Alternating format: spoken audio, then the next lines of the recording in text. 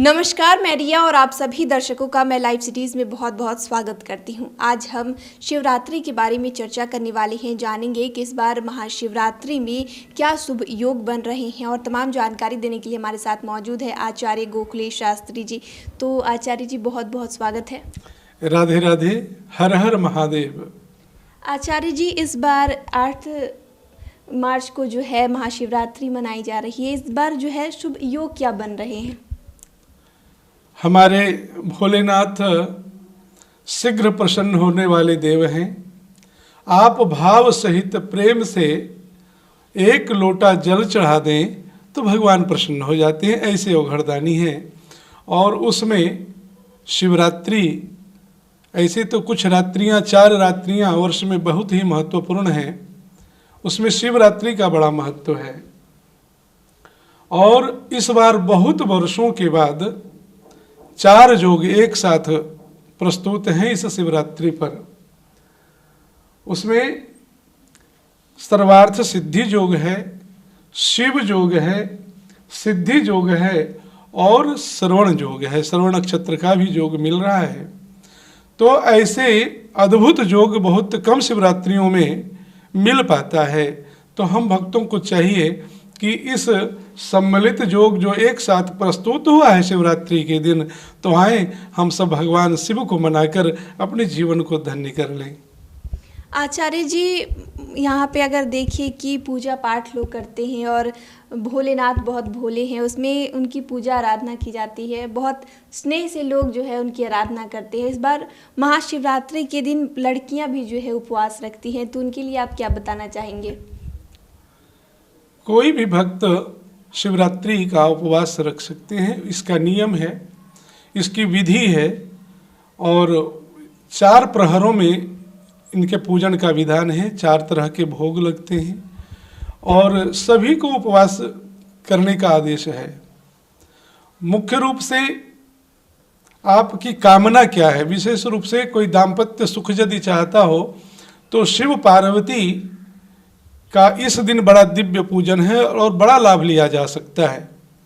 ऐसे भक्त जिनके की दाम्पत्य जीवन में कुछ खटपट आ गया हो, वो भगवान शिव और पार्वती का व्रत रखकर शिवरात्रि का और गष्ट बंधन करें। गष्ट बंधन भगवान का करें, प्रसाद चढ़ाएं और फिर अपनी मनोकामनाओं को अर्पित करें। अवश्य ही उनके जीवन में खुशहाली आने वाली है। आचार्य जी, महाशिवरात्रि के दिन वैसे आपने भी कहा कि एक लोटा जल से भी भगवान भोले जो है प्रसन्न हो जाते हैं, लेकिन अगर पूजन सामग्री की बात करें तो उस दिन बहुत लोग ये पार्थी भी पुजवाते हैं घर में। और सामग्री, अगर पूजन सामग्री की करें तो वो पूजन सामग्री में क्या क्या शामिल कर सकते हैं? पार्थिव पूजन का बड़ा महत्व है और विशेष करके रात्रि के दिन भाव सहित मृतिका लाएं।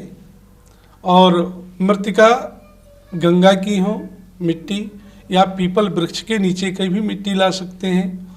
और पार्थिव शिवलिंग का निर्माण करें परिवार सहित, गणों सहित।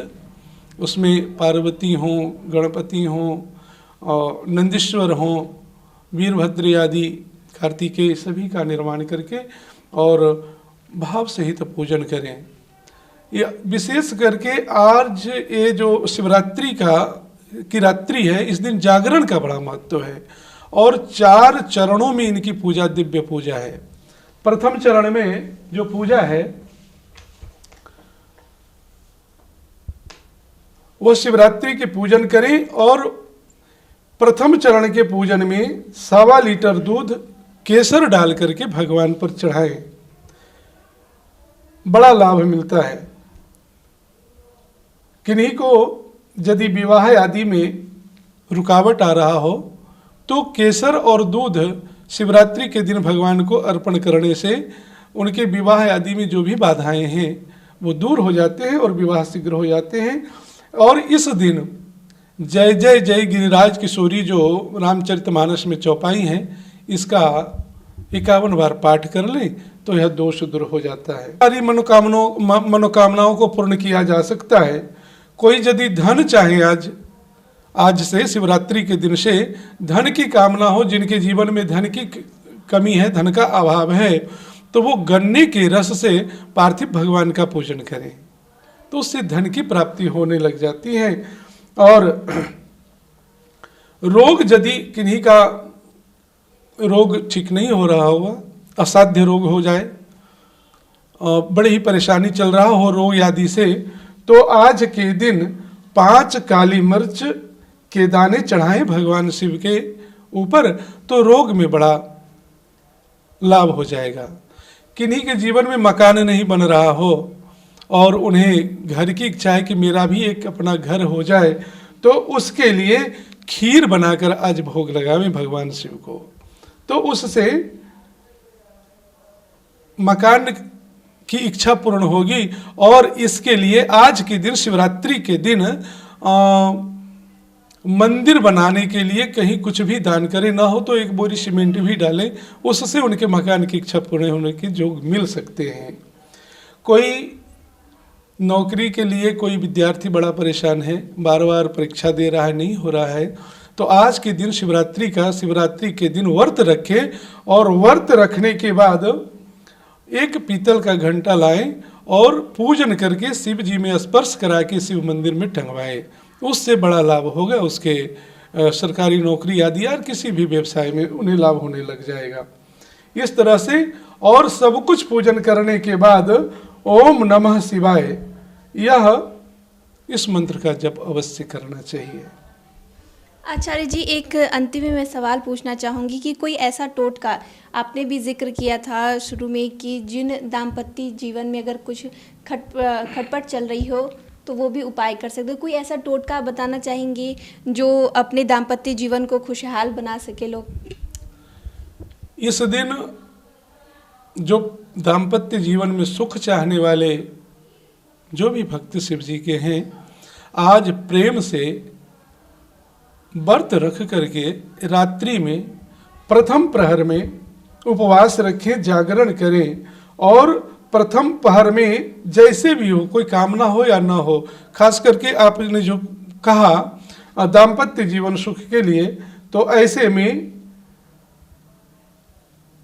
पूजन करें और भगवान शिव और पार्वती को वस्त्र आभूषण आदि जो भी हो चढ़ाएं और गेस्ट बंधन आदि कराएं, और मंत्र द्वारा भगवान शिव के लिए कहा गया है, भगवान शिव की पूजन बिना मंत्र का नहीं करना चाहिए, तो मंत्र आदि बोलकर कुछ ना हो तो ओम नमः शिवाय इस मंत्र से ही पूजन करें। और भगवान शिव के 8 नाम जो हैं, उन नामों से यदि पूजन कर ले तो दाम्पत्य जीवन में बहुत ही सुख आने वाला है। वो 8 नाम भगवान के हैं, ओम भवाय नमः, ओम शरवाय नमः, ओम रुद्राय नमः, ओम पशुपतये नमः, ओम उग्राय नमः, ओम महांताय नमः, ओम भीमाय नमः, ओम ईशानाय नमः। और इस नामों से पूजन करके चढ़ावें। तिल, जौ, पुष्प आदि चढ़ाना चाहिए। तीसरे प्रहर में पूजन में गोधूम चढ़ाना चाहिए, अकमन का फूल चढ़ाना चाहिए और मालपुआ चढ़ाना चाहिए। चौथे प्रहर में बिजौरा, नींबू आदि चढ़ाना चाहिए, उससे अर्घ देना चाहिए भगवान को, इससे बड़ा लाभ मिल जाता है शिव जी के पूजन से। तो आचार्य जी, बहुत बहुत शुक्रिया जो आपने बताया, हमारे साथ जानकारी साझा की है कि महाशिवरात्रि के दिन भगवान भोले की पूजा जो है भक्तजन कैसे कर सकते हैं, और किन्हीं दाम्पत्य जीवन में अगर समस्याएं आ रही हैं तो उसको कैसे सुलझाया जा सकता है, उसके लिए बहुत बहुत शुक्रिया। एक विशेष जानकारी, और जिनके जिनके कुंडली में काल सर्प दोष लगा हो, राहु और केतु के एक बंधन में सारे ग्रह आ जाते हैं, तो उसे काल सर्प दोष बोला जाता है। तो शिवरात्रि के दिन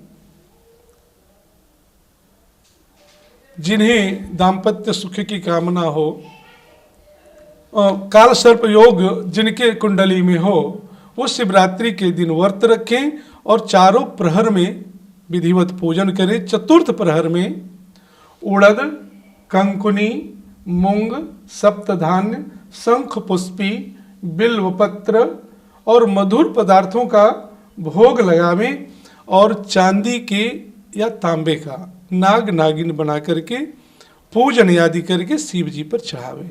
इससे काल सर्प दोष उनके कुंडली से समाप्त हो जाते हैं। तो आपने सुना आचार्य जी ने हमारे साथ जानकारी साझा की है कि महाशिवरात्रि के दिन भगवान भोलेनाथ की कैसे पूजा की जा सकती है, दाम्पत्य जीवन में जो समस्याएं आ रही हैं उसे कैसे निपटा जा सकता है। साथ ही आचार्य जी ने हमें बताया कि अगर किसी की कुंडली में काल सर्प दोष है तो उसे कैसे मुक्ति मिल सकती है। उन उपायों के बारे में भी आचार्य जी ने हमारे साथ जानकारी साझा की है। इस विषय में आप क्या सोचते हैं कॉमेंट कर जरूर बताएं। चैनल को सब्सक्राइब कर ले, फेसबुक पेज को लाइक कर ले। वीडियो देखने के लिए आपका शुक्रिया।